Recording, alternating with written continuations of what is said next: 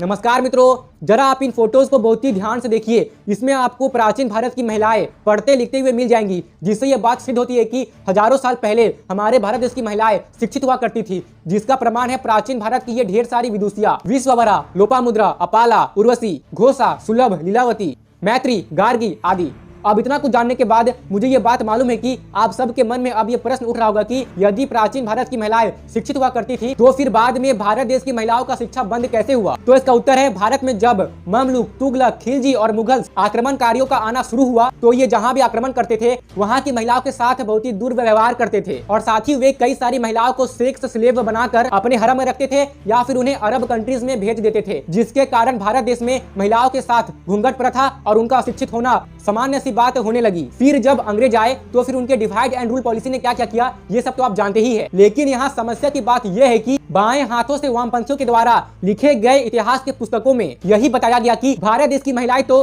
शुरू से ही अशिक्षित थी। और ये काफी दुख की बात है कि हमें भी अपने स्कूलों के इतिहास में यही पढ़ाया गया कि भारत देश की महिला शुरू से ही अशिक्षित हुआ करती थी, जो कि काफी गलत बात है।